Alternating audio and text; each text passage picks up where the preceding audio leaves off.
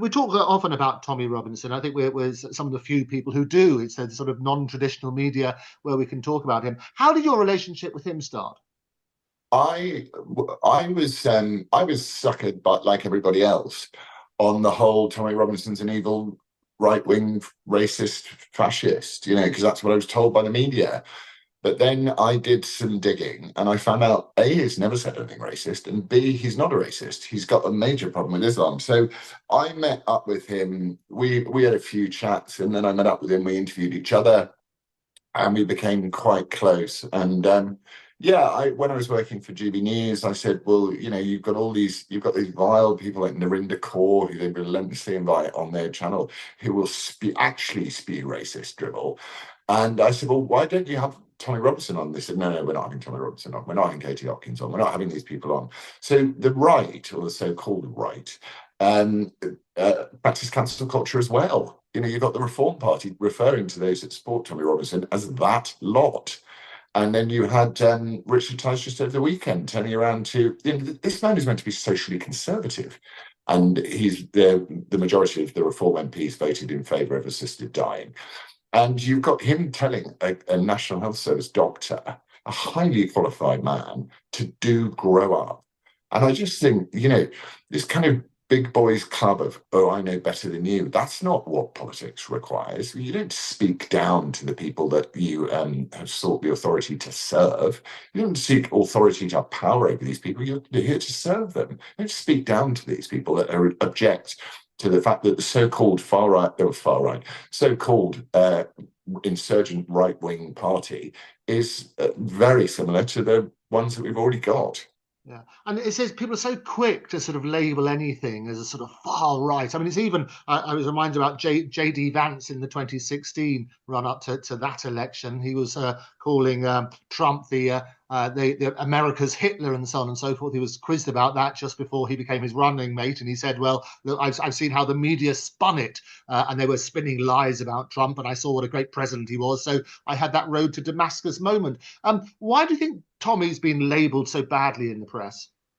Because he's a danger to the narrative, the multicultural narrative, which has failed. As we can see, we had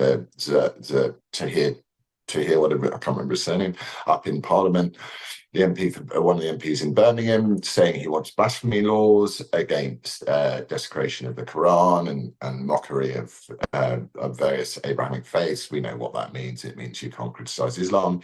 And Tommy knows, and is very articulate on this as well, that Islam, the threat that Islam poses to the United Kingdom, and particularly the political form of Islam, and the 5 pillars of Islam, and the values of Islam are entirely antithetical to the values of Great Britain as we know them or knew them until recently. And Tommy knows this, and he's very clear, and he's confident, he's very happy to say it. So that makes him public enemy number one. To the media class, who don't live, we see these Labour cabinet ministers with their large 4-bedroom houses in Notting Hill with their heating bills paid for by us. They don't live anywhere near the consequences of their own ideology. The consequences of their ideology play out on the streets of Rotherham and Birmingham and Batley. And that's, it's socialism 101, isn't it? It's the elite class determining what the plebs will do, and only to the detriment of the plebs and the enrichment of the elites.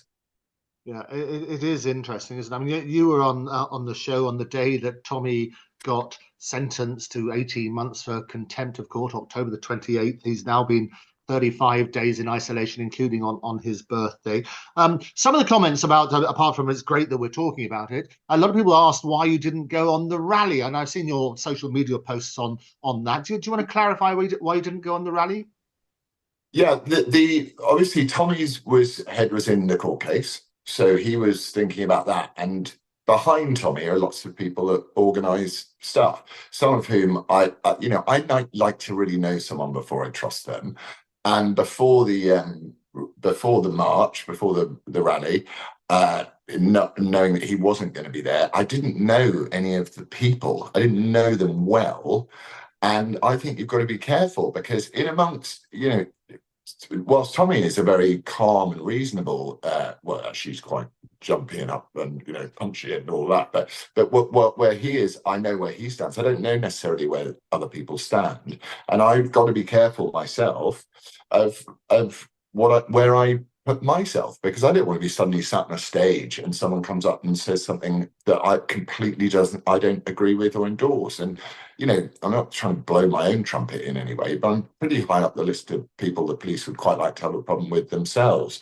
So I asked for clarification about who was going to be speaking, who it was, what the order was. And these are marches that my organisation has paid huge amounts of money to make sure that they work and go, and helped organise and use all of our resources. And I asked many times, so please, can I have who are these people that are speaking? What's the theme? And I didn't hear anything back. So I thought it's safest for me to stay away. But when Tommy's back, I'll be back, because I know him and I know what he wants, and he doesn't want to incite anything between people. I'm not saying these other people do, but I just don't know them, and therefore until I get to know someone and I can trust them, I'm not going to go. Which makes me, annoyingly, I'm now a centrist dad. I'm not far right enough, and I'm not woke enough. So I'm the sort of little all alone on my little island of common sense.